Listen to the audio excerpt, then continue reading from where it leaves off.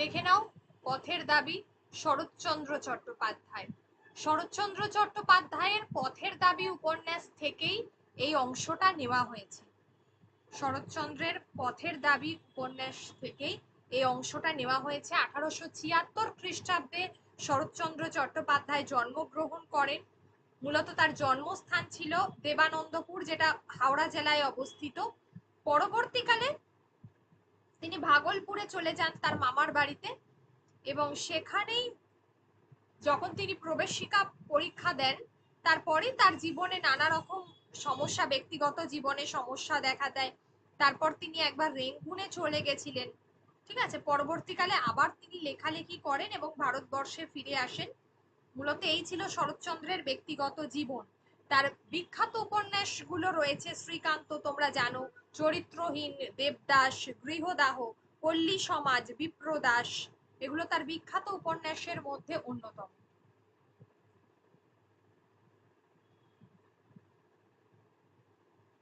এই শরৎচন্দ্রের পথের দাবি উপন্যাসেরই এটি একটি নির্বাচিত অংশ। তাই জন্য যারা তোমার কি বলে মধ্যশিক্ষা পর্ষদ, তোমাদের যে টেক্সটটা রয়েছে সেটার নামকরণও কিন্তু পথের দাবি রেখেছে। ঠিক আছে, যেখানে প্রথমেই বলছে যে পুলিশ স্টেশনে ঢুকেই কি হচ্ছে না, তোমার কি বলে জগদীশ বাবু সন্দেহভাজন ব্যক্তিদের কি করছেন, তিনি ওই যে তাদের টিনের যে তোরঙ্গ, ছোট বড় পুটলি খুলে তদারকি শুরু করে দিয়েছেন। এই যে তোরঙ্গ শব্দটা মানে বাক্স, ঠিক আছে, অর্থাৎ যারা সন্দেহভাজন ব্যক্তি, তৎকালীন সময় আমরা জানি যারা বিপ্লবী করতো ইংরেজরা তাদেরকেই সাধারণত সন্দেহভাজন বলে মনে করত। তো তাদের কথাই এখানে বলা হয়েছে, তাদের কথা এখানে বলা হয়েছে। দেখো তার পরের লাইনেই, ইহারা সকলে উত্তর ব্রহ্মে বর্মা অয়েল কোম্পানির তেলের খনির কারখানায় মিস্ত্রির কাজ করিতেছিল। ঠিক আছে, তাহলে এরা প্রত্যেকেই উত্তর ব্রহ্মে, মানে ব্রহ্ম দেশ যেটাকে এখনকার দিনে মায়ানমার বলা হয়, তো সেই জায়গাটা ব্রহ্মে তোমার বর্মা অয়েল কোম্পানির কাজ ছেড়ে দিয়ে রেঙ্গুনে চলে এসেছে।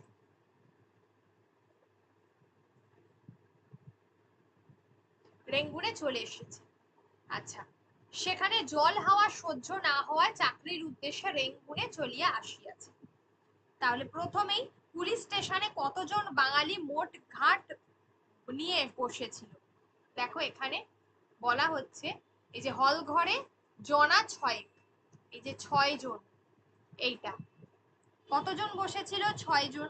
কি নিয়ে বসেছিল, জগদীশ বাবু কিসের তদারকি করছিলেন, তারা কোথায় ছিল, অর্থাৎ ওই যে উত্তর ব্রহ্মের বর্মা অয়েল কোম্পানি, সেখানে তারা মিস্ত্রির কাজ করত।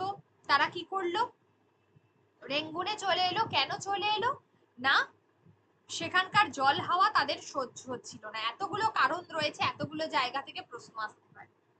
আচ্ছা, এবার হলো যাকে সন্দেহ করছিল, পলিটিক্যাল সাসপেক্ট, সাসপেক্ট মানে সন্দেহ করা, সেই ব্যক্তিটিকে, সে হলো সব্যসাচী মল্লিক, যাকে নিমাই বাবুর সম্মুখে হাজির করা হলো।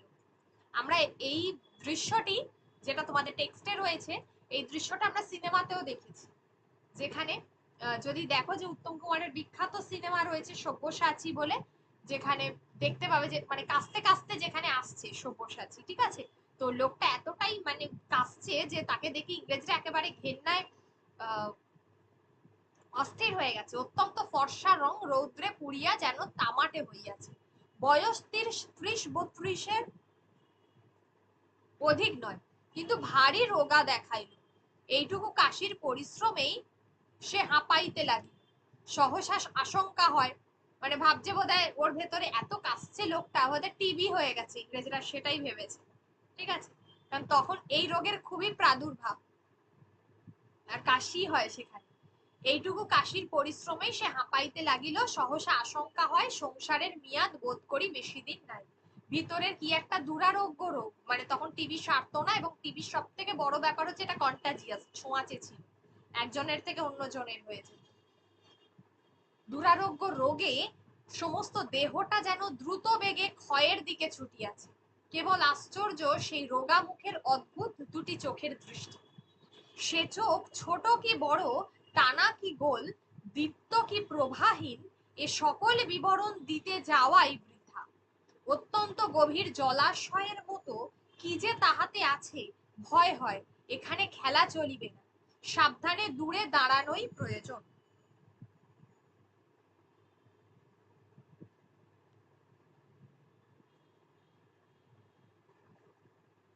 কেন বললাম দূরে দাঁড়ানো প্রয়োজন?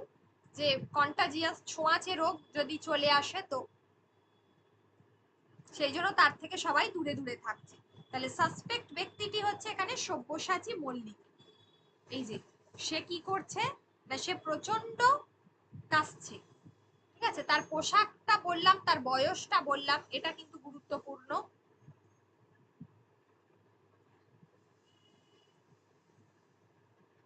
ইহারাই কোন অতল তলে তাহার ক্ষীণ প্রাণ শক্তিটুকু লুকানো আছে, মৃত্যুও সেখানে প্রবেশ করিতে সাহস করে না, কেবল এই জন্যই যেন সে আজও বাঁচিয়া আছে। এই লাইনটা ইম্পর্টেন্ট, কেবল এই জন্যই যেন সে আজও বাঁচিয়া আছে। এই লাইনটা গুরুত্বপূর্ণ, দাগ দিয়ে রাখো। অপূর্ব মুগ্ধ হইয়া সেই দিকে চাহিয়াছিল। সহসা নিমাইবাবু তাহার বেশভূষার বাহার ও পারিপাট্যের প্রতি অপূর্বর দৃষ্টি আকৃষ্ট করিয়া সহাস্যে কহিলেন, বাবুটির স্বাস্থ্য গেছে কিন্তু শখ 16 আনাই বজায় আছে, তা স্বীকার করতে হবে। এই লাইনটা ইম্পর্টেন্ট। বাবুটির স্বাস্থ্য গেছে কিন্তু শখ 16 আনাই বজায় আছে, তা স্বীকার করতে হবে। এটা গ্রামাটিক্যালি এই প্রশ্নটাও আসতে পারে, আবার এমনি লাইন তুলে কার সম্পর্কে বলা হয়েছে সেই বিষয়টাও আসতে পারে। কি বলো অপূর্ব? এইটা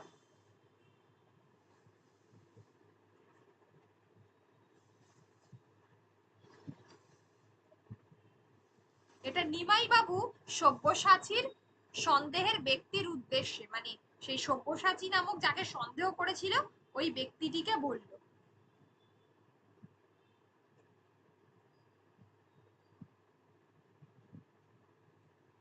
এবার এতক্ষণে অপূর্ব তাহার পরিচ্ছদের প্রতি দৃষ্টিপাত করিয়া মুখ ফিরাইয়া হাসি গোপন করিল। মানে অপূর্ব বুঝতে পেরেছে তাহার মাথার সম্মুখ দিকে বড় বড় চুল, কিন্তু ঘাড় ও কানের দিকে নাই বলিলেই চলে।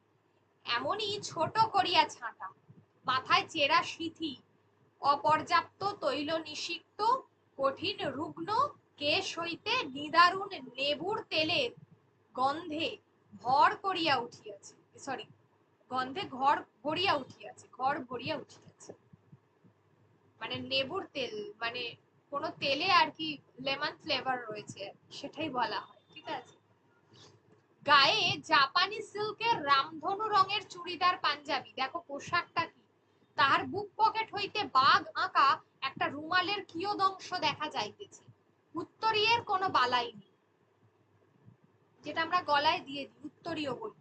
পরনে বিলাতি মিলের কালো মকমল পাড়ের সূক্ষ্ম শাড়ি, পায়ে সবুজ রঙের ফুল মোজা, হাঁটুর উপরে লাল ফিতে দিয়ে বাঁধা বার্নিশ করা পামশু, তলাটা মজবুত ও টেকসই করিতে আগাগোড়া লোহার নাল বাঁধানো, হাতে একগাছি হরিণের শিঙের হাতল দেওয়া বেতের ছড়ি।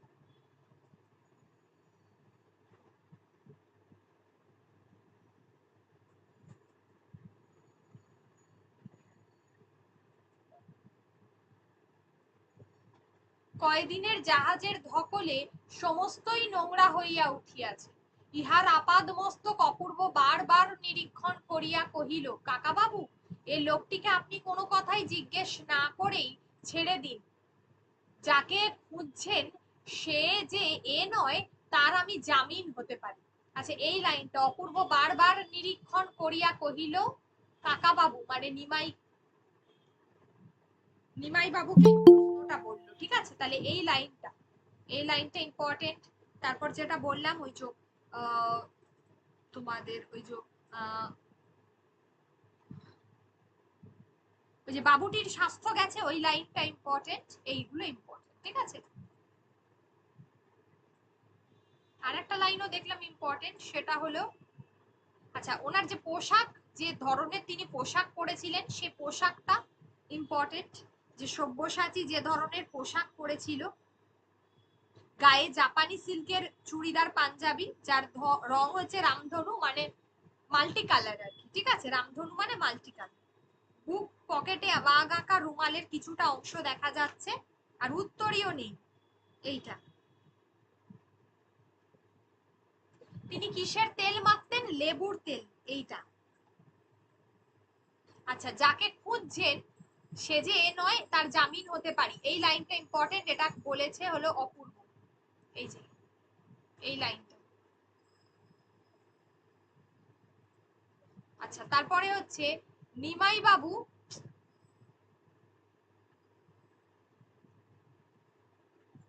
নিমাই বাবু চুপ করিয়া রহিলেন, এই লাইনটা ইম্পর্টেন্ট। নিমাই বাবু চুপ করিয়া রহিলেন। অপূর্ব কহিল, আর যাই হোক, যাকে খুঁজছেন তার কালচরের কথাটা একবার ভেবে দেখুন। নিমাই বাবু হাসিয়া ঘাড় নাড়িলেন, কহিলেন, তোমার নাম কি হে?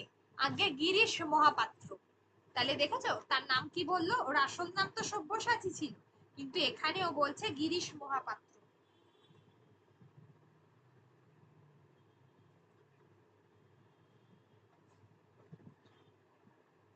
একদম মহাপাত্র, তুমিও তেলের খনিতেই কাজ করছিলে না, এখন রেঙ্গুনেই থাকবে। তোমার বাক্স বিছানা তো খানা তল্লাশি হয়ে গেছে, দেখি তোমার ট্যাঁকে আর পকেটে কি আছে সেইটাই বলবো।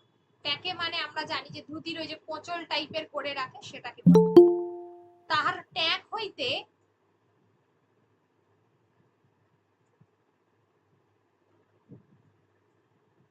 তাহার ট্যাঁক হইতে একটি টাকা ও গন্ডা ছয়েক পয়সা বাহির হইল। ট্যাঁক থেকে কি পাওয়া গেল সেটা গুরুত্বপূর্ণ। ট্যাঁকে কি ছিল? 1 টাকা আর 6 গন্ডা পয়সা।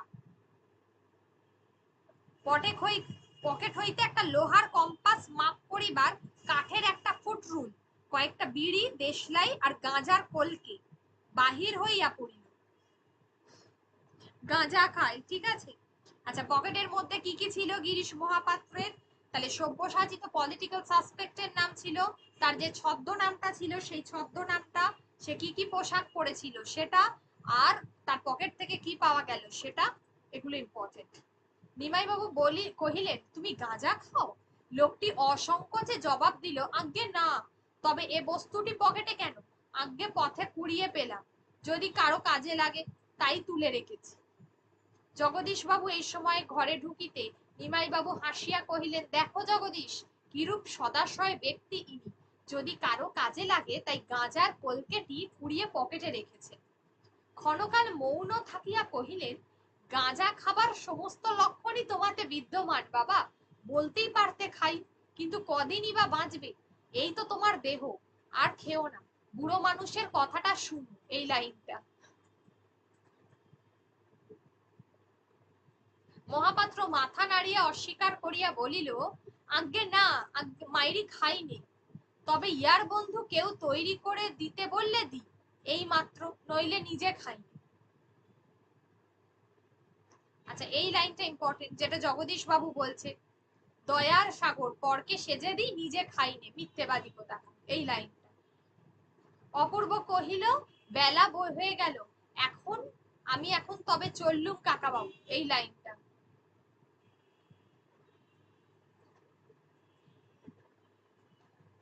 তাহলে এই অবস্থাতে কি হলো? গিরিশ মহাপাত্র ছাড়া পেয়ে গেল, যেতে বলল, জগদীশও সম্মতি জানিয়ে দিল। কিন্তু নিশ্চয়ই কিছুই বলা যায় না ভায়া, আমার মনে হয় এ শহরে আরো কিছুদিন নজর রাখা দরকার। রাত্রের মেল ট্রেনটার প্রতি একটু দৃষ্টি রেখো। সে যে বর্মায় এসেছে এ খবর সত্য, বলছে সে যে বর্মায় এসেছে সেটা সত্য। জগদীশ কহিলেন, তা হতে পারে, কিন্তু এই জানোয়ারটাকে ওয়াচ করবার দরকার নেই বড়বাবু। লেবুর তেলের গন্ধে বেটা থানা শুদ্ধ লোকের মাথা ধরিয়ে দিল। লেবুর তেল মেখে এসেছে। অপূর্ব পুলিশ স্টেশন হইতে বাহির হইয়া আসিল, এবং প্রায় তাহার সঙ্গে সঙ্গেই মহাপাত্র তাহার ভাঙা টিনের তোরঙ্গ মানে বাক্স ও চাটাই জড়ানো, চাটাই মানে যার মধ্যে শুধু ময়লা বিছানা, বান্ডিল বগলে চাপিয়া ধীর মন্থর পদে মানে ধীরে ধীরে আস্তে আস্তে পায়ে উত্তর দিকের রাস্তা ধরিয়া সোজা প্রস্থান করিল। আশ্চর্য এই যে এত বড় সব্যসাচী ধরা পড়িল না, কোনো দুর্ঘটনা ঘটিল না, এমন সৌভাগ্যকেও অপূর্বর মন যেন গ্রাহ্যই করিল। বাসায় ফিরিয়া দাড়ি গোঁফ কামানো হইতে শুরু করিয়া সন্ধ্যান্নিক স্নানাহার, পোশাক পরা, আফিসে যাওয়া প্রভৃতি নিত্য কাজগুলায় বাধা পাইল না সত্য, কিন্তু ঠিক কি যে সে ভাবিতে লাগিল তাহার নির্দেশ নাই। অথচ চোখ কান ও বুদ্ধি তাহার সাংসারিক সকল ব্যাপার হইতেই একেবারে যেন বিচ্ছিন্ন হইয়া কোনো এক অদৃষ্ট অপরিজ্ঞাত রাজবিদ্রোহীর চিন্তাতেই ধ্যানস্থ হইয়া রহিল। এই অত্যন্ত অন্যমনস্কতা তলোয়ারকর লক্ষ্য করিয়া চিন্তিত মুখে জিজ্ঞাসা করিল, আজ বাড়ি থেকে কোনো চিঠি পেয়েছেন নাকি?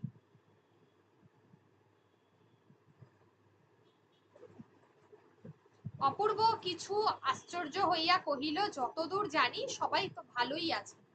এইটা রামদাস আর কোনো প্রশ্ন করিল না। টিফিনের সময় উভয়ে একত্র বসিয়া জলযোগ করিল।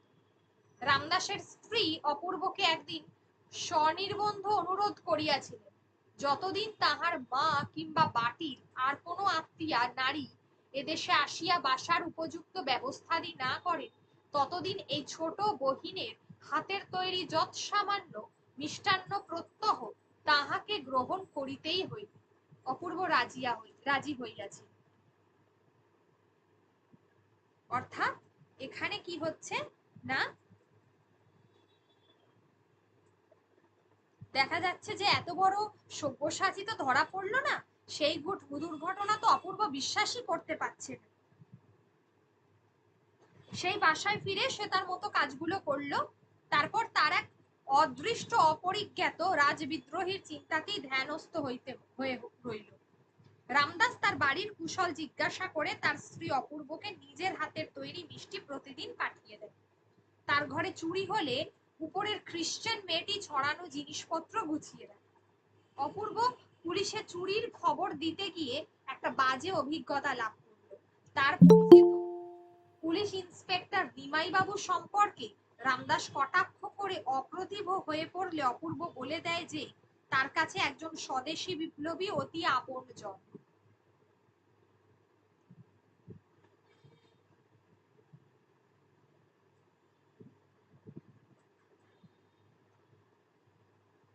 এই যে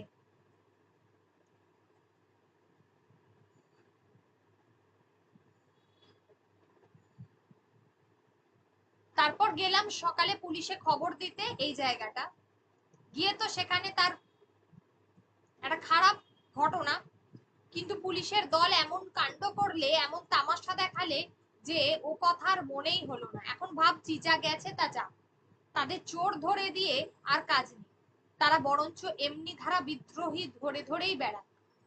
এই বলিয়া তাহার গিরিশ মহাপাত্র ও তাহার পোশাক পরিচ্ছেদের বাহার মনে পড়িয়া হঠাৎ হাসির ছটায় যেন দম আটকাইবার উপক্রম হইল।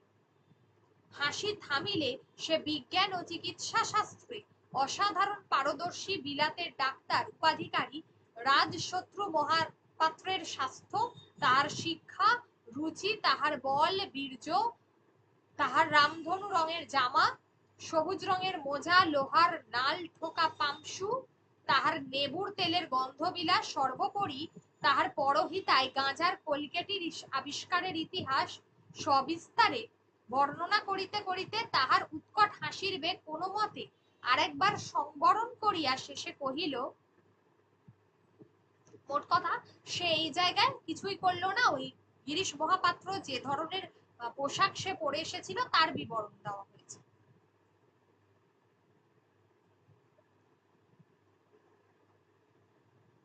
রামদাস হাসিয়া কহিল, কিন্তু বুনোহাঁস ধরাই যে এদের কাজ, আপনার চোর ধরে দেবার জন্যে এরা নেই।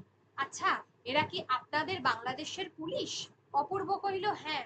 তাছাড়া আমার বড় লজ্জা এই যে এদের যিনি কর্তা তিনি আমার আত্মীয়, আমার পিতার বন্ধু, বাবাই একদিন এর চাকরি করে দিয়েছিলেন। রামদাস কহিল, তাহলে আপনাকেই হয়তো আর একদিন তার প্রায়শ্চিত্ত করতে হবে। এগুলোতে আর কিছু তেমন নেই।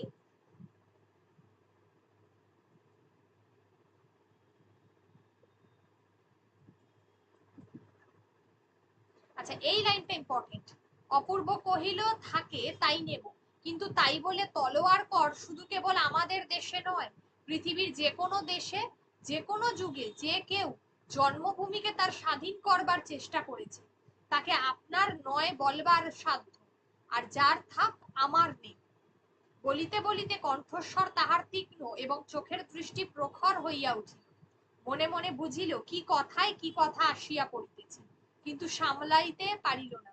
বলিল, তোমার মতো সাহস আমার নেই, আমি ভীরু, কিন্তু তাই বলে অবিচারে দণ্ডভোগ করার অপমান আমাকে কম বাজে না। রামদাস, এইটা এই লাইনটা ইম্পর্টেন্ট। শুধু কেবল আমাদের দেশে নয়, পৃথিবীর যে কোনো দেশে যে কোনো যুগে যে কেউ জন্মভূমিকে তার স্বাধীন করবার চেষ্টা করছে।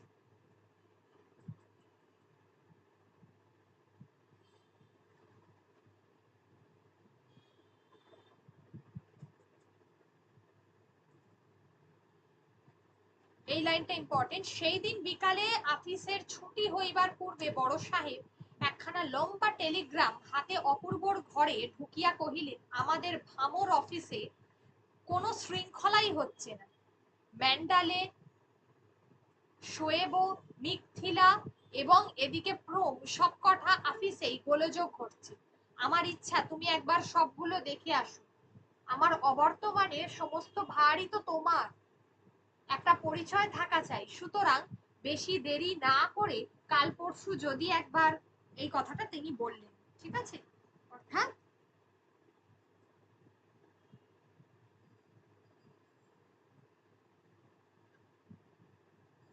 এখানে তিনি অপূর্বকে তার তার বড় বাবু যেতে বললেন আর, ঠিক আছে?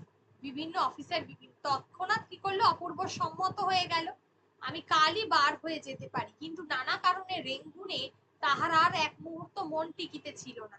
উপরন্তু এই সূত্রে দেশটাও একবার দেখা হইবে, অতএব যাওয়াই স্থির হইল।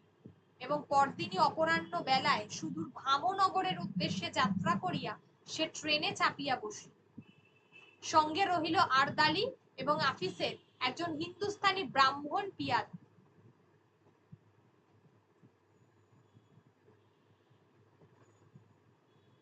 আচ্ছা, গাড়ি ছাড়িতে কতটা বিলম্ব হয়েছিল? মিনিট পাঁচেক। এই লাইনটা গুরুত্বপূর্ণ, মিনিট পাঁচেক। তলোয়ারকর ঘাড় ফিরাইতেই বুঝিল এই সেই গিরিশ মহাপাত্র। সেই বাহারে জামা, সেই সবুজ রঙের ফুল মোজা, সেই পামসু এবং ছড়ি প্রভেদের মধ্যে এখন কেবল সেই বাঘ আঁকা রুমালখানি বুক পকেট ছাড়িয়া তাহার কণ্ঠে জড়ান। মহাপাত্র এই দিকেই আসিতেছিল। সুমুখে আসিতেই অপূর্ব ডাকিয়া কহিল, কি হে গিরিশ, আমাকে চিনতে পারো? কোথায় চলেছ?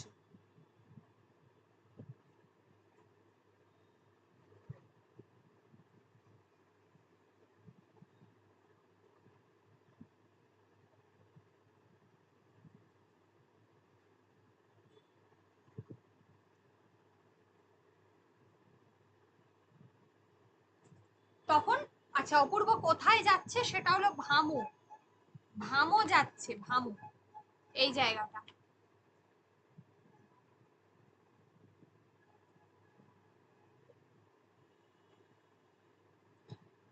যেটা আগে বলেছিলাম যে বর্মা হচ্ছে একটা প্রতিবেশী দেশ ভারতের, যেটা এখনকার নাম মায়ানমার, এটা খেয়াল রাখবে, ঠিক আছে?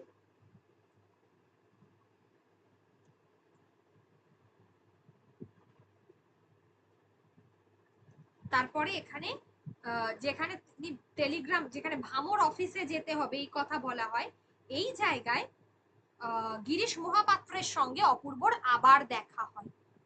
গিরিশ শশব্যস্তে একটা মস্ত নমস্কার নমস্কার করিয়া কহিল, আজ্ঞে চিনতে পারি বই কি বাবু মশাই, কোথায় আগমন হচ্ছেন? অপূর্ব সহাস্যে কহিল, আপাতত ভামো যাচ্ছি, তুমি কোথায়? গিরিশ কহিল, আজ্ঞে এনাংজাং থেকে দুজন বন্ধু নোক আসার কথা ছিল, কিন্তু আমাকে কিন্তু বাবু ঝুটমুট হয়রান করা। হ্যাঁ আনে বটে, কেউ কেউ আপিং সিদ্ধি নুকিয়ে, কিন্তু আমি বাবু ভারী ধর্মভীরু মানুষ। বলি, কাজ কি বাপু জোচ্চুরিতে? কথায় বলে পরধর্ম ভয়াবহ, লল্লাটের লেখা তো খণ্ডাবে না। তো এখানে তার সাথে আবার দেখা হলো।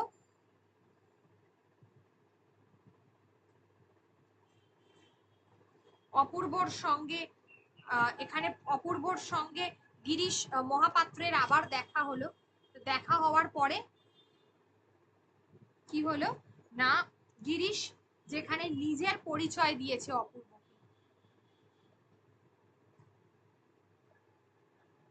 অপূর্ব কহিল আমি ব্রাহ্মণ। এই যে অপূর্বকে বলিল, কিন্তু আমার উপর মিথ্যে সন্দেহ রাখবেন না বাবু মশাই, আপনাদের নজর পড়লে চাকরিও একটা জুটবে না।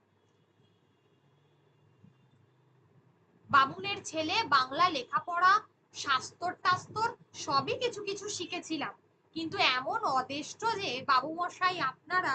তাহলে গিরিশ এখানে নিজের একটা পরিচয় দিয়েছে যে সে একটু আধটু শাস্ত্র জানে, সে বাংলা লেখাপড়া জানে, সে হিন্দু মানে ব্রাহ্মণের ছেলে, এটাই বলা হচ্ছে।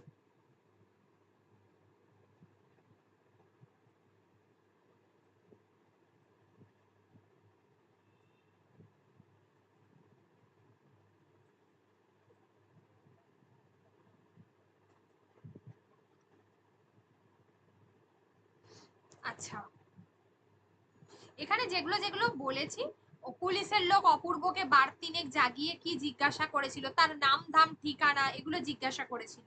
ট্রেনে অপূর্ব কোন ধরনের খাদ্য গ্রহণ করেছিল, ঠিক আছে, এইগুলো।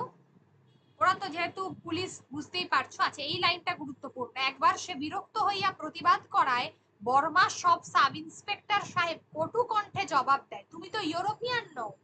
এইটা মানে বারবার জিজ্ঞাসা করছে বলে অপূর্ব একবার জিজ্ঞাসা করছে। অপূর্ব কহে না, কিন্তু আমি তো ফার্স্ট ক্লাস প্যাসেঞ্জার, রাত্রে তো আমার তুমি ঘুমের বিঘ্ন করিতে পারো না। সে হাসিয়া বলে, ও নিয়ম রেলওয়ে কর্মচারীর জন্য, আমি পুলিশ, ইচ্ছা করিলে আমি তোমাকে টানিয়া নিচে নামাইতে পারি। এই লাইনটা ইম্পর্টেন্ট, আমি তোমাকে নিচে নামাইতে পারি। পুলিশের ইচ্ছা করলে তিনি কি করতে পারেন সেটাই। ওকে। আর কোন ট্রেনের কোন কামরায় উঠেছিল অপূর্ব, সেটা ফার্স্ট ক্লাস প্যাসেঞ্জারে উঠেছে।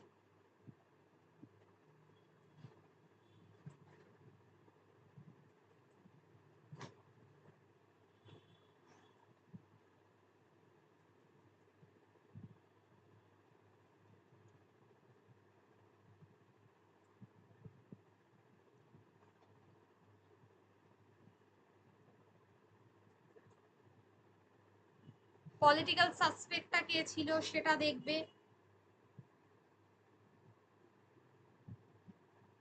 ব্যাস, গুরুত্বপূর্ণ লাইনগুলো মোটামুটি বলে দিয়েছি, এখানে আর তেমন কিছু নেই। তাহলে পথের দাবি থেকে এটা নেওয়া হয়েছে। শরৎচন্দ্র চট্টোপাধ্যায়ের মূল যে অংশটা যেটুকু বলেছি সেটা দেখবে আর কি, ঠিক আছে, লেখক পরিচিতিটা দেখে যাবে। এমনিতে তো শরৎচন্দ্র আছে তোমার।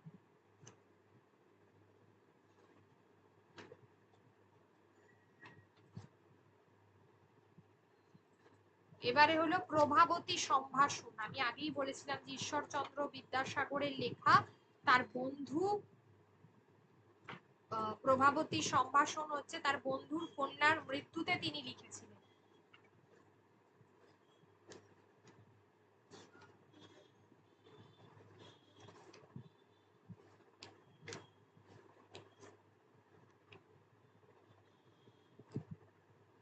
তার বন্ধুর কন্যার মৃত্যুতে তিনি লিখেছিলেন এটা।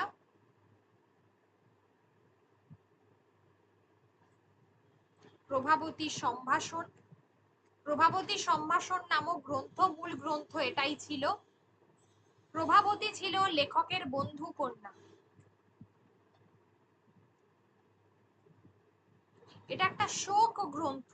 লেখককে প্রভাবতী নীনা বলে ডাকত। বৎসে প্রভাবতী, প্রথমেই দেখো আছে, তুমি দয়া মমতা এবং বিবেচনায় বিসর্জন দিয়া এ জন্মের মতো সহসা সকলের দৃষ্টিপথের বহির্ভূত হইয়াছ। এই মাসে আমার এটা পুরোটা পড়ানো হয়ে যাবে, সাহিত্য সঞ্চয়ন। এটা আমি পুজোর পরে পরীক্ষা নেব এইটা, আর এই মাসের জন্য ব্যাকরণের আরেকটা সেট দেব। এই পুরো সাহিত্য সঞ্চয়নটা ক্লাস 10 এর, তার মধ্যে প্রশ্নও দিয়ে দেব সবগুলো, দিয়ে পুজোর পর পরীক্ষা থাকবে, এটা পুজোতে টাস্ক থাকবে।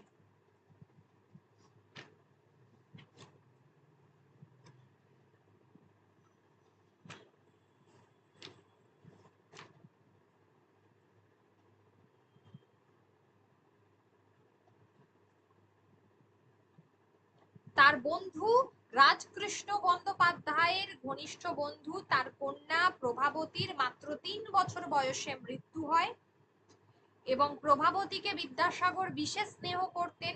তার মৃত্যুতে তিনি গ্রন্থটি লিখেছেন এবং সেই মূল গ্রন্থ থেকে কিছুটা অংশ তোমাদের এখানে দেওয়া হয়েছে, যেখানে ছোট্ট প্রভাবতীকে অত্যন্ত তিনি স্নেহ করতেন।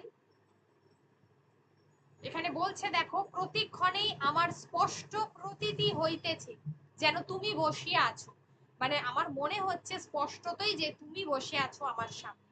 আমায় অন্য মনে চলিয়া যাইতে দেখিয়া নীনা বলিয়া কর প্রসারণ পূর্বক কোলে লইয়া বলিতেছ। কর মানে দুটো হাত তুলে দিয়ে, দুটো হাত তুলে দিয়ে বলছো আমাকে কোলে নিতেছে, অন্য কোথাও যাতে আমি চলে যেতে পারি। যেন তুমি উপরের জানালা হইতে দেখিতে পাইয়া আয়না বলিয়া সলিল কর সঞ্চালন সহকারে আমায় আহ্বান করিতেছ।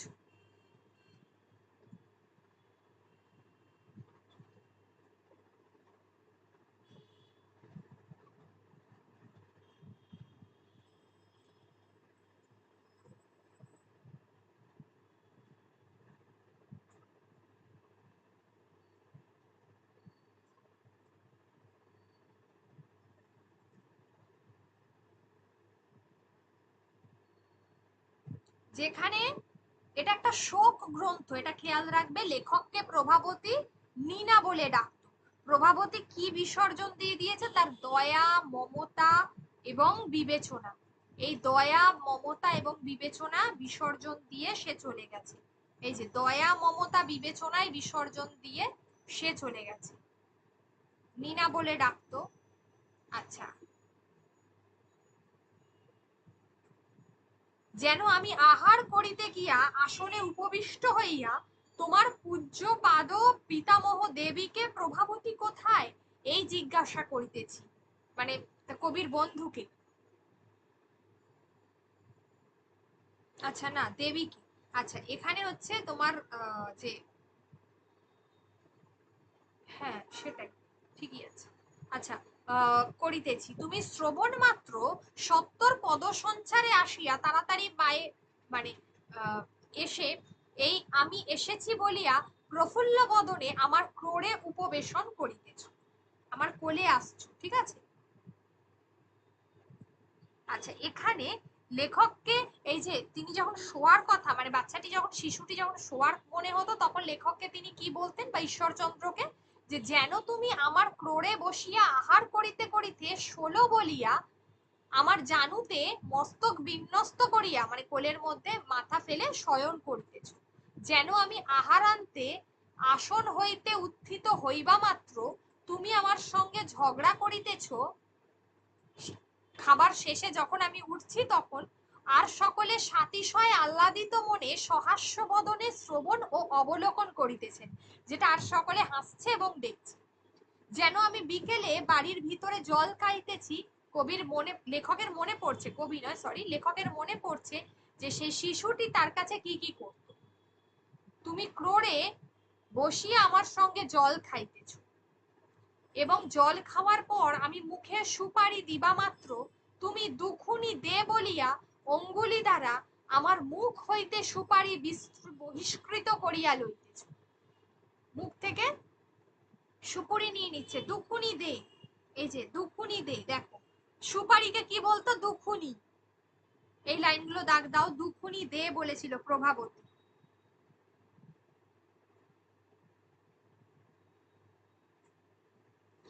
এবার বলছে দেখো এখানে, এই যে নাফাসনি পড়ে যাব, মানে সিঁড়ি নামিবার পূর্বক্ষণে আমার চিবুক ধারণ পূর্বক আকুল চিত্তে বলিতেছ নাফাসনি পড়ে যাব।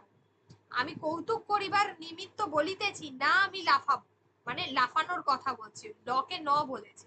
তুমি অমনি ঈষৎ কোপাবিষ্ট হইয়া, মানে রেগে গিয়ে তোমার জননীর দিকে মুখ ফিরাইয়া বলিতেছ দেখো দেখি মা, আমার কথা শোনে না, যেন তোমার দাদারা উনি আর তোমায় ভালোবাসিবেন না, এই বলিয়া ভয় প্রদর্শন করিতেছে। তুমি তাহা পরিহাস বলিয়া বুঝিতে না পারিয়া পাছে আমি আর না ভালোবাসি এই আশঙ্কায় আকুল চিত্ত হইয়া ভালোবসবি ভালোবসবি এই কথা আমায় অনুপমেয় শিরশ্চালন সহকারে বারংবার বলিতেছ, যেন আমি খাবো খাবো বলিয়া তোমার মুখ চুম্বনের নিমিত্ত আগ্রহ প্রদর্শন করিতেছি। তুমি এই খা বলিয়া ডাইনের গাল ফিরাইয়া দিতেছ, মানে জোর করে খাওয়ানো যেটাকে বলা হয়, ঠিক আছে। আচ্ছা, এই খা বলে সে মুখ চুম্বন করত, এটাই বলা হচ্ছে।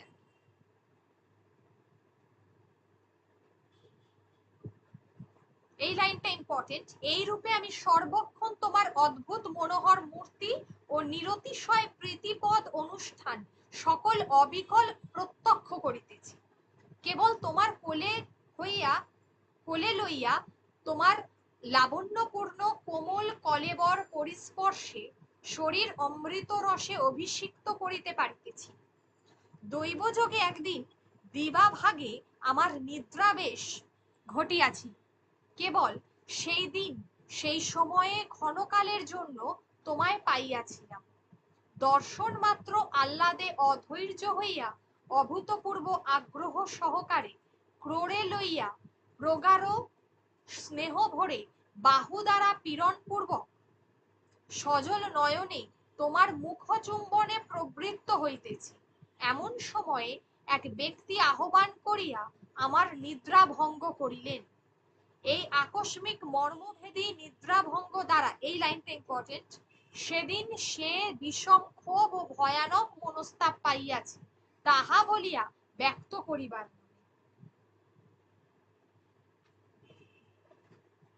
এই লাইনটা ইম্পর্টেন্ট।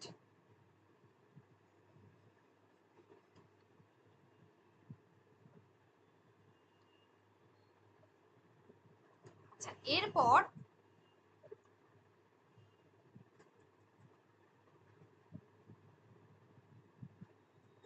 বৎসে তোমার কিছু মাত্র দয়া ও মমতা নাই, এই লাইনটা ইম্পর্টেন্ট।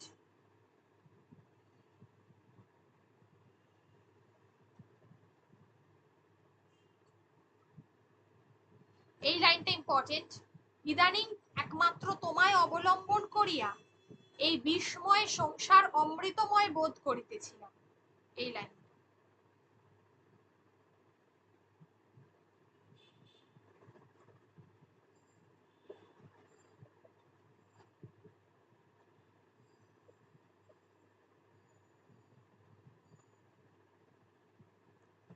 আচ্ছা, তারপরে কিন্তু এক বিষয় ভাবিয়া আমি কিয়ৎ অংশে বিতোষক ও আশ্বাসিত হইয়াছি। এই লাইনটা ইম্পর্টেন্ট।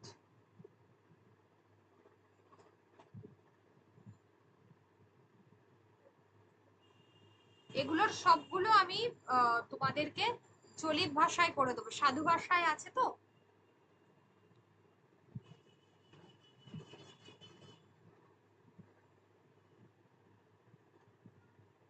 আচ্ছা, এবার দেখো এখানে বলছে যে অদ্ভুত কল্পনা শক্তির প্রভাব বলে প্রভাবতী কি উদ্ভাবন করে নিয়েছিল শ্বশুরালয়, ঠিক আছে।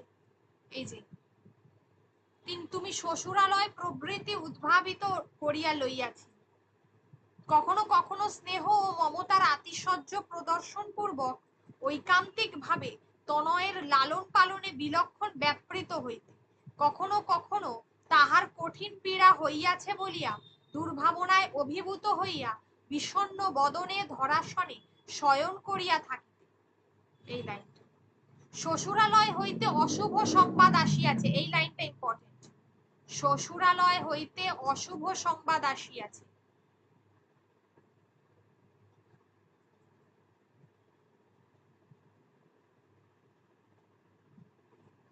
বলিয়া ম্লান বদনে এবং আকুল হৃদয়ে কাল যাপন করিতে, কখনো কখনো স্বামী আসিয়াছেন বলিয়া ঘোমটা দিয়া সংকুচিত ভাবে এক পার্শ্বে দণ্ডায়মান থাকিতে, এবং সেই সময় কেহ কিছু জিজ্ঞাসা করিলে লজ্জাশীলা কুল মহিলার ন্যায় অতি মৃদু স্বরে উত্তর দিতে।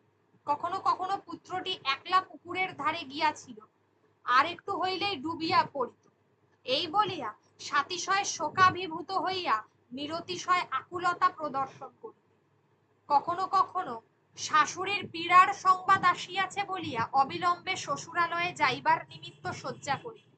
অর্থাৎ এগুলো লেখকের সবই হচ্ছে একটা কল্পনা, এগুলো লেখকের সবই হচ্ছে একটা কল্পনা। এই অদ্ভুত মনোহর বলা হয়েছে এখানে প্রভাবতীর যে চিত্র সেটাকে একটা অদ্ভুত মনোহর বলা হয়েছে, তাকে চিত্ততারিণী চমৎকারিণী বলা হয়েছে, চমৎকারিণী।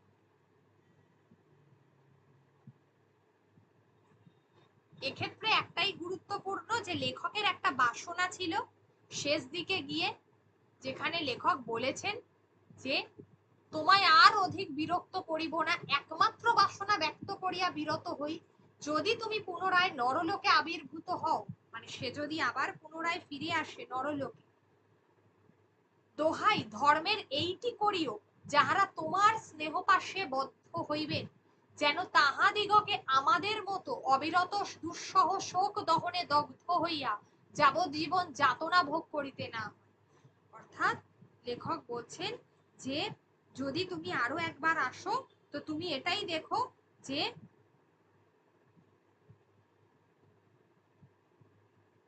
আমাকে যেন, অর্থাৎ লেখকের পাশে যারা আছেন তাদেরকে যেন আর পুনরায়, সরি, যারা ওই মানে শিশুটিকে ভালোবাসতেন আর কি, তাদেরকে যেন আর পুনরায় তুমি তাদের দুঃখ না দিয়ে চলে যাও, এটাই বলা হয়েছে।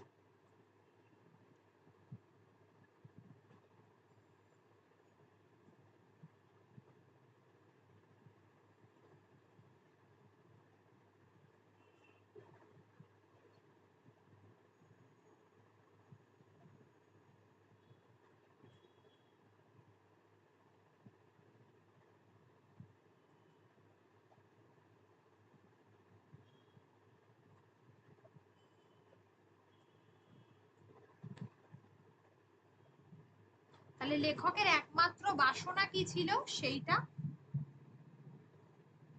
এছাড়া আর এখান থেকে তেমন কিছু, এটা খুব যে গুরুত্বপূর্ণ এমনটা।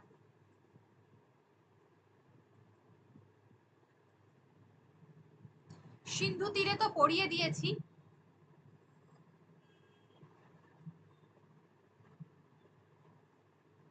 অদল বদলটা পড়িয়ে দেব।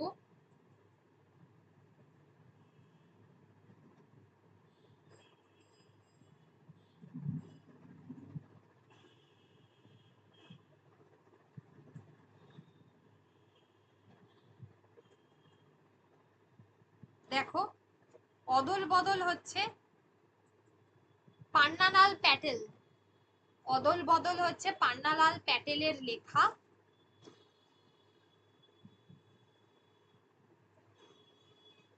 এই গল্পটির যেটা মূল বিষয়বস্তু এই অদল বদলের, আচ্ছা অদল বদল, পান্নালাল প্যাটেল একজন গুজরাটি ভাষার বিশিষ্ট লেখক, তোমাদের এটা আছে টেক্সটে নিচেই দেওয়া আছে, তবু বলে দিচ্ছি, তিনি গুজরাটি ভাষার একজন লেখক। এই গল্পটি মূল গ্রন্থের নাম ছিল গুজরাটি ভাষায় লেখা পান্না লালনী শ্রেষ্ঠ বার্তাও, আর অদল বদল গল্পের তর্জমা করেছেন অর্ঘ্যকুসুম দত্তগুপ্ত। প্রশ্নটা দেখবে অদল বদল তোমাদের হয়তো দিয়েছি, আমি অদল বদল দিয়েছি, প্রশ্নটা ওখানে লেখা আছে, ঠিক আছে। এটা গুজরাটি ভাষায় লেখা, মূল গ্রন্থটা ছিল পান্না লালনী শ্রেষ্ঠ বার্তাও, আর অদল বদল গল্পের তর্জমা করেছেন কে না অর্ঘ্যকুসুম দাস।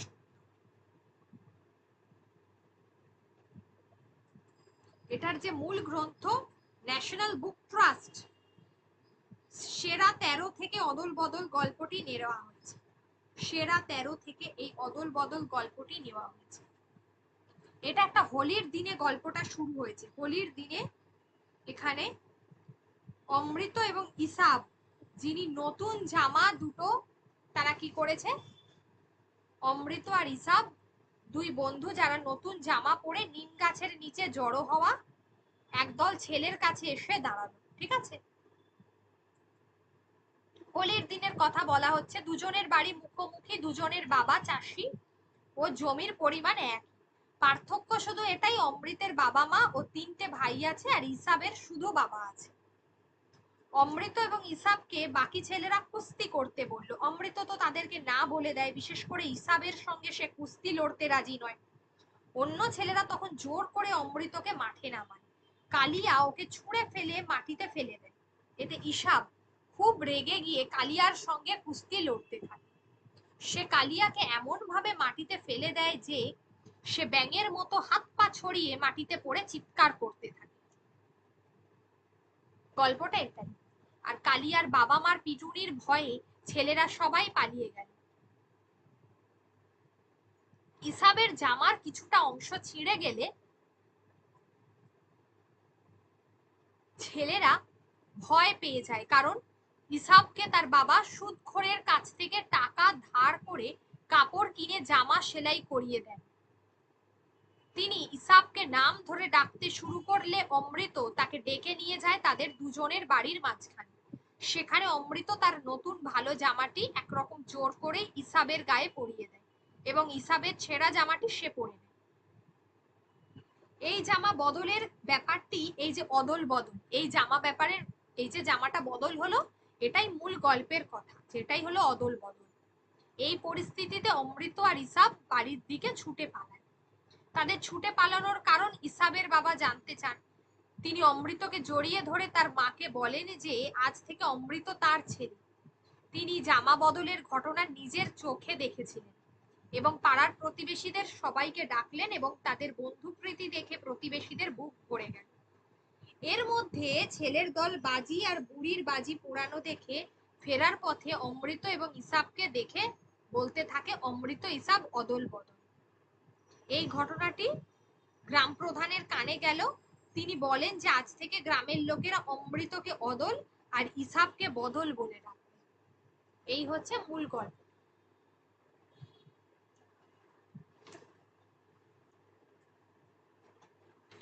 এটাই হচ্ছে মূল গল্প।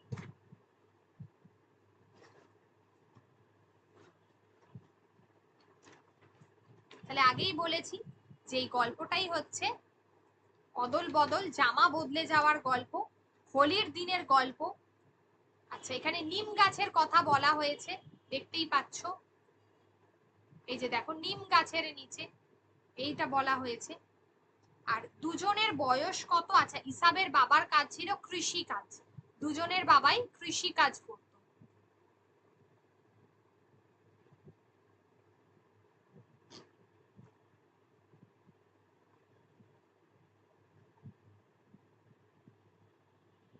এই লাইনটা ইম্পর্টেন্ট। আরেকটি ছেলে চেঁচিয়ে উঠলো, যা লড়ে যা তোরা, বেশ মজা হবে। এখানে বলা হচ্ছে মানে দুই বন্ধুকে বলছে, কিন্তু দুই বন্ধু তো দুই বন্ধুর বিরুদ্ধে লড়েনি।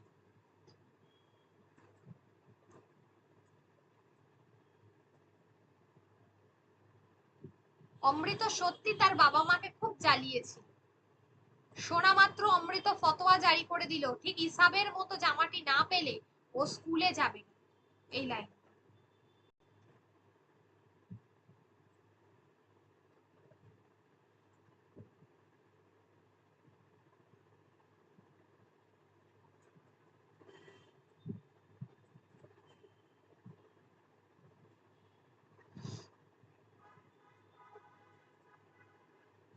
ইসাবের মেজাজ চড়ে গেল ও কালিয়াকেও অ্যাকচুয়ালি ফেলে দিয়েছিল, যেটা বললো যে অ্যাকচুয়ালি লড়েছিল ইসাব আর কালিয়া, তাই তো? এই দুজন লড়েছিল। ইসাবের জামাটা ছিঁড়ে যাওয়ার কারণ কি? তাকে খেতে কাজ করতে হয়, খেতে মানে চাষাবাদ করতে হয়, দুজনের বাবাই তো চাষি ছিল। জামা পাওয়ার জন্য অমৃত প্রায় খাওয়া দাওয়া ছেড়ে দিয়েছিল। ইসাব ল্যাং মারতে কালিয়া ব্যাঙের মতো হাত পা ছড়িয়ে মাটিতে পড়ে গিয়ে চেঁচাতে লাগলো। এই লাইন।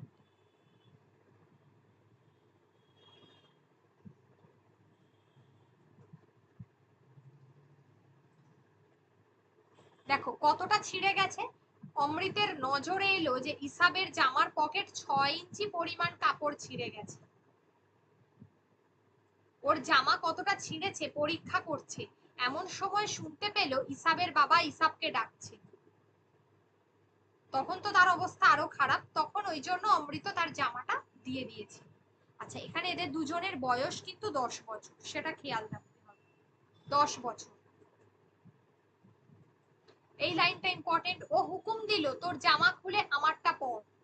মানে এখানে অমৃত বলছে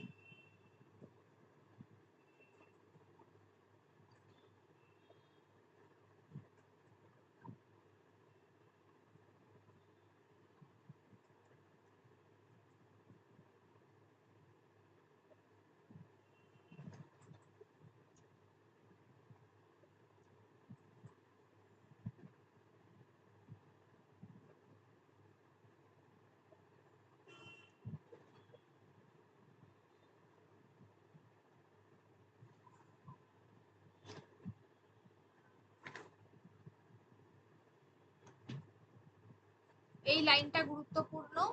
আচ্ছা, অমৃতর মায়ের পেছনে লুকিয়েছে। ইসাবের মনে পড়লো, ও দেখেছে যে অমৃতের বাবা যখনই মারতে গেছেন অমৃত ওর মায়ের পিছনে লুকিয়েছে। মার হাতে অবশ্য ওকে 2-4 থাপ্পড় খেতে হয়েছে, কিন্তু বাবার ভারী হাতের মারের কাছে ও কিছুই নয়। মা তো অল্প একটু আধটু মারে, এই আর কি। তাহলে অদল আর বদল। আচ্ছা, এটা খেয়াল রাখবে কি, অমৃত এবং ইসাবের অদল বদল নামের স্বীকৃতি দিয়েছিলেন গ্রাম প্রধান, ঠিক আছে। অমৃতকে বলা হয়েছিল অদল আর ইসাবকে বলা হয়েছিল বদল, এটা কিন্তু খেয়াল রাখবে, ঠিক আছে, কাকে কি বলা হয়েছে। অমৃতের মতো ছেলে পেলে ইসাবের বাবা কতজনকে মানে আর কি কতজনকে পালতে রাজি আছেন, পালন করতে 21 জনকে। এটা গুরুত্বপূর্ণ, ঠিক আছে। ওই গ্রামের ছেলেরাই ওকে অদল বদল বলতো, যেহেতু ওরা জামাটা অদল বদল করে নিয়েছে। এই যে ইসবের বাবা ছিল পাঠান, উনি 10 বছরের অমৃতকে জড়িয়ে ধরলেন। দেখো দুজনের বয়সই কিন্তু সেম। তারপর বলছে অমৃতের মতো ছেলে পেলে আমি 21 জনকেও পালন করতে রাজি আছি। এই লাইনটা গুরুত্বপূর্ণ, যেটা বললাম।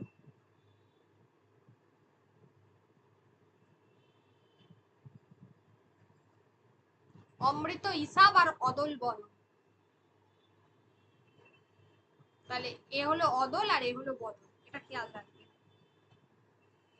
এই যে দেখো তর্জমাটা লিখে দিয়েছি মেনলি, তাহলে এটা গুজরাটি ভাষায় লেখা। আগেই বলেছি পান্না লালনী শ্রেষ্ঠ বার্তাও।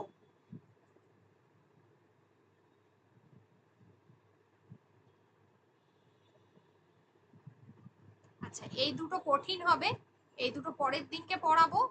নদীর বিদ্রোহটা একদম সহজ, ওটা বলে দিচ্ছি।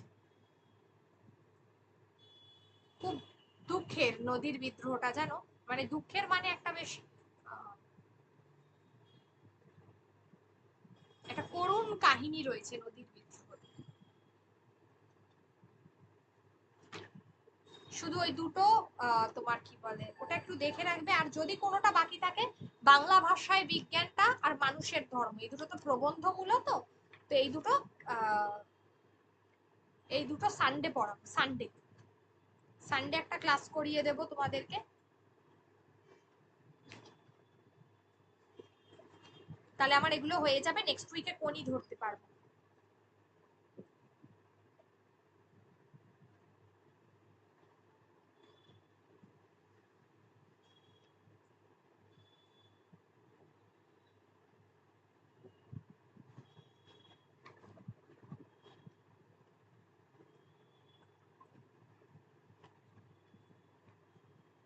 নদীর বিদ্রোহ মানিক বন্দ্যোপাধ্যায়ের লেখা। এটা মানিক বন্দ্যোপাধ্যায়ের সরীসৃপ গল্প সংকলনের অন্তর্গত। 1939 সাল মানিক বন্দ্যোপাধ্যায়ের সরীসৃপ গল্প সংকলনটি প্রকাশিত হয়। সেই গল্প সংকলনের অন্তর্গত হচ্ছে নদীর বিদ্রোহ।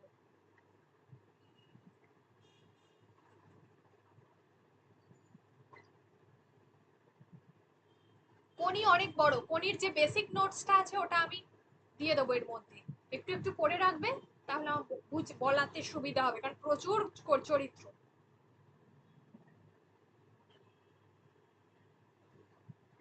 আমি যথাসম্ভব গুরুত্বপূর্ণ লাইনগুলো দিয়েছি।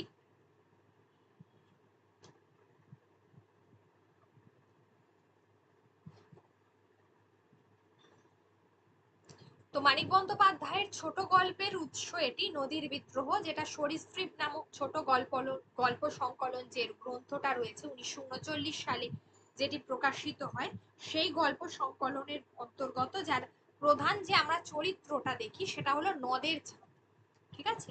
এই নদের চাঁদ ছিল প্রধান যে গল্প। এই সরীসৃপ গল্পের 9 নম্বর গল্প হচ্ছে নদীর বিদ্রোহ। আচ্ছা, নদের চাঁদ প্রধান চরিত্র। যে নদের চাঁদ ছিলেন পেশায়, তিনি কি ছিলেন, পেশায় তিনি কি করতেন? নদের চাঁদ ছোট একটা স্টেশনে স্টেশন মাস্টারি করত। প্রায় 4 বছর ধরে স্টেশন মাস্টারি করছে। সে তার সহকারীকে জানিয়ে লাইন ধরে 1 মাইল দূরে নদীর ওপরকার ব্রিজের দিকে হাঁটতে থাকে।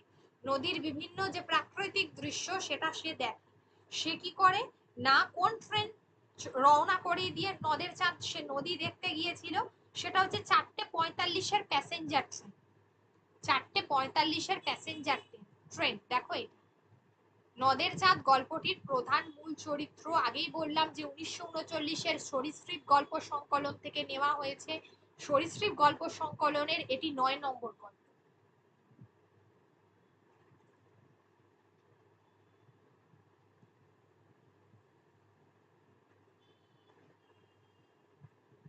তো নদীর যে দৃশ্য সে দেখতে যাবে, সে বলছে আমি চললাম হে, সে তার নতুন সহকারীকে বলছে। নতুন সহকারীর কয়টি উক্তি আছে? মূলত দুটো উক্তি আছে, আজ্ঞে হ্যাঁ আর আজ্ঞে না। এই কথাটা ছাড়া সে আর কিচ্ছু বলেনি। তো নদের চাঁদ বলছে বৃষ্টি আর হবে না হয়তো, তো বলছে যে না আর হবে না, যা হয়। এবার নদের চাঁদ লাইন ধরে 1 মাইল দূরে নদীর উপরকার ব্রিজের ওপর দিয়ে হাঁটতে লাগলো। 5 দিন ধরে অবিরত বৃষ্টি হইয়া আজ এই বিকালের দিকে বর্ষণ থামিয়াছে। 5 দিন ধরে বৃষ্টি হয়েছে, 5 দিন নদীকে দেখা হয়নি নদের চাঁদের। ছেলে মানুষের মতো সে একেবারে উৎসুক হয়ে আছে নদীকে দেখবে। নদীকে না দেখলে সে বাঁচবে না, নদীকে না দেখলে সে বোধহয় বাঁচবে না। ঠিক আছে, আকাশে যেমন মেঘ করিয়া আছে, হয়তো আবার কিছুক্ষণের মধ্যেই প্রবল ধারায় বর্ষণ শুরু হইয়া যায়। আচ্ছা, এই লাইনটা গুরুত্বপূর্ণ। নদের চাঁদ ছেলে মানুষের মতো ঔৎসুক্য বোধ করিতে লাগিল, এই লাইনটা ইম্পর্টেন্ট। আর 5 দিন অবিরত বৃষ্টি হইয়া আজ এই বিকালের দিকে বর্ষণ থামিয়াছে, এই দুটো লাইন গুরুত্বপূর্ণ।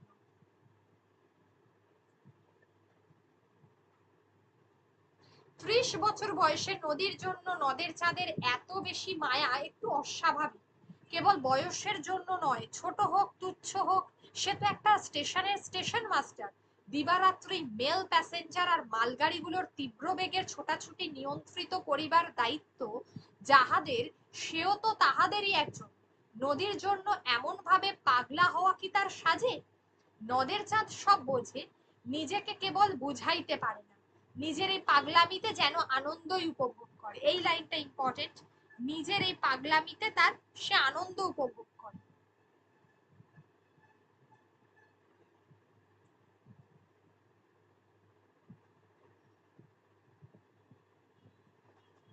নদীর ধারে তার জন্ম হইয়াছে, নদীর ধারে সে মানুষ হইয়াছে, চিরদিন নদীকে সে ভালোবাসিয়াছে, এই লাইনটা ইম্পর্টেন্ট। দেশের নদীটি হয়তো তার এই নদীর মতো এত বড় ছিল না, কিন্তু শৈশবে কৈশোরে এবং তার প্রথম যৌবনে বড় ছোটার হিসেব কে করে? এইটা, এই লাইনটা ইম্পর্টেন্ট, যেটা হচ্ছে যেটা বললাম যে চিরদিন সে নদীকে ভালোবাসিয়াছে, নদীর ধারেই তার জন্ম হইয়াছে, ওই লাইন। বড় হইয়া একবার অনাবৃষ্টির বছরে নদীর ক্ষীণ স্রোতধারাও প্রায় শুকাইয়া যাইবার উপক্রম করিয়াছে দেখিয়া সে প্রায় কাঁদিয়া ফেলিয়াছে, এই লাইন।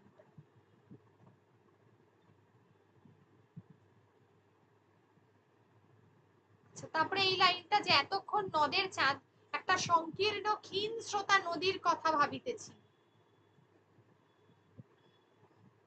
আচ্ছা, ব্রিজের মাঝামাঝি ইট সুরকি এবং সিমেন্টে গাঁথা ধারক স্তম্ভের শেষ প্রান্তে বসিয়া সে প্রতিদিন নদীকে দেখে, এই লাইনটা ইম্পর্টেন্ট।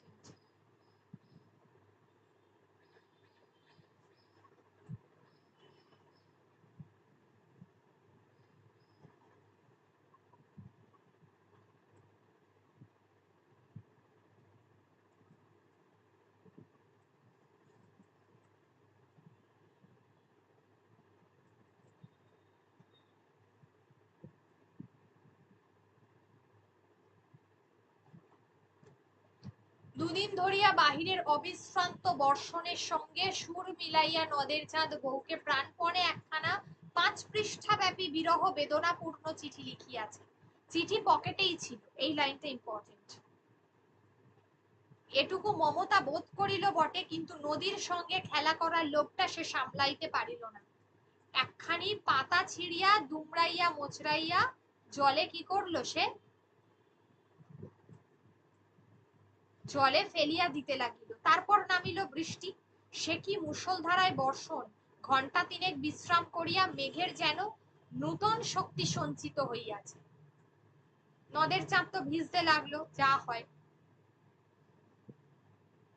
এবার দেখো বলছে যে ক্রমে ক্রমে দিনের স্তিমিত আলো মিলাইয়া চারিদিক অন্ধকারে ছাইয়া গেল। বৃষ্টি একবার কিছুক্ষণের জন্য একটু কমিয়া আবার প্রবল বেগে বর্ষণ আরম্ভ হইল। ব্রিজের উপর দিয়ে একটা ট্রেন চলিয়া যাওয়ার শব্দে আকস্মিক আঘাতে ঘুম ভাঙিয়া যাওয়ার মতো একটা বেদনাদায়ক চেতনা কিছুক্ষণের জন্য নদের চাঁদকে দিশেহারা করিয়া রাখে। তারপর সে অতি কষ্টে উঠিয়া দাঁড়ায়। এই লাইনটা গুরুত্বপূর্ণ।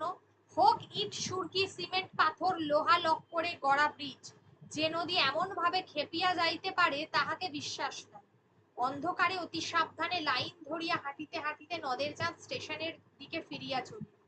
নদীর বিদ্রোহের কারণ সে বুঝিতে পারিয়াছে। ব্রিজটা ভাঙিয়া ভাসাইয়া লইয়া দুপাশে মানুষের হাতে গড়া বাঁধ চুরমার করিয়া সে স্বাভাবিক গতিতে বহিয়া যাইবার পথ করিয়া লইতে চায়, কিন্তু পারিবে কি? দেখো, এইটা হচ্ছে একদম নদীর যে দৃশ্য, একটা প্রাকৃতিক দৃশ্যের বর্ণনা রয়েছে এখানে। একদিকে একটা প্রকৃতির অমোঘ আকর্ষণ, যেটা নদের চাঁদের প্রতি, মানে নদের চাঁদের যেটা নদীর প্রতি রয়েছে, অর্থাৎ এই চরিত্রটার প্রতি। আর একদিকে হচ্ছে তোমার প্রাকৃতিক যে দুর্যোগ, তার একটা চিত্র রয়েছে। স্টেশনের কাছে নূতন রং করা ব্রিজটির জন্য এতকাল নদের চাঁদ গর্ব অনুভব করিয়াছে। এই লাইনটা, আজ তার মনে হইল কি প্রয়োজন ছিল ব্রিজের। বোধহয় এই প্রশ্নের জবাব দিবার জন্যই পিছন হইতে 7 নম্বর ডাউন প্যাসেঞ্জার ট্রেনটি নদের চাঁদকে পিষিয়া দিয়া চলিয়া গেল ছোট স্টেশনটির দিকে। নদের চাঁদ 4 বছর যেখানে স্টেশন মাস্টারি করিয়াছে এবং বন্দি নদীকে ভালোবাসিয়াছে। তাহলে দেখলে আলটিমেটলি কি হলো, নদের চাঁদের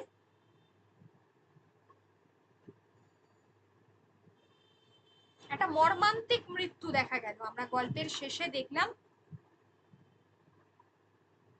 এটাই বিদ্রোহ, যেখানে অন্যায়ের বিরুদ্ধে অসন্তোষের বহিঃপ্রকাশ তো বিদ্রোহ, তাই না? আমরা বিভিন্ন ধরনের বিদ্রোহ দেখে থাকি। এই যে নদীর মানুষের নদীর ব্রিজ বাঁধ নির্মাণ করে তার গতিপথ রুদ্ধ করে দিয়েছে মানুষ। নদী কি করছে? তার স্বাভাবিক গতিপথে যেতে পারছে না, আটকে যাচ্ছে জলধারা। সেই জন্যই সে বিদ্রোহ ঘোষণা করে সেই ব্রিজকে ভেঙে ফেলতে চায়। আর সেখানেই কি হলো, সেই জন্যই প্রাণ চলে গেল কার? নদের চাঁদে। নদের চাঁদ এখানে কি, নদের চাঁদ চরিত্রটি এখানে হচ্ছে, অর্থাৎ তার প্রাণটা নিয়ে নিয়েই নদী সেই উত্তরটা দিল আর কি, ঠিক আছে? সে তো নদীকেই ভীষণ ভালোবাসতো, মানে এক প্রকার সন্তানের মতো। তো সেই জন্য তাকেই নদী কেড়ে দিল। এখানে প্রকৃতির অমোঘ আকর্ষণ, এবং তার বলি হতে হলো এই নদের চাঁদ চরিত্রটি। চিঠিটা তার পকেটেই রয়ে গেল, চিঠি পকেটেই ছিল, ওই লাইনটা।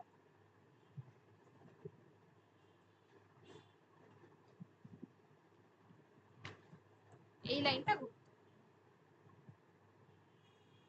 তাহলে এরপরে সানডে ওই বাদবাকি যে দুটো গল্প আছে একবার দেখো। আর আমার মনে হচ্ছে, আমি বুঝতে পারছি না যে অদল বদলটা তো পড়িয়ে দিলাম, আর একটা যেন কি বাকি ছিল, এক মিনিট দেখি, দাঁড়াও। একবার তোমরা দেখে নাও যে কোনো কিছু বাকি আছে কিনা। তাহলে মানুষের ধর্ম আর বাংলা ভাষায় বিজ্ঞান ছাড়া আর কিছু বাকি আছে কিনা একটু দেখে নাও, দিলে আমাদের শেষ হয়ে যাবে তো। আর ওদিকে সাহিত্যের ইতিহাস সব শেষ হয়ে গেছে, পুরো নাটকটা।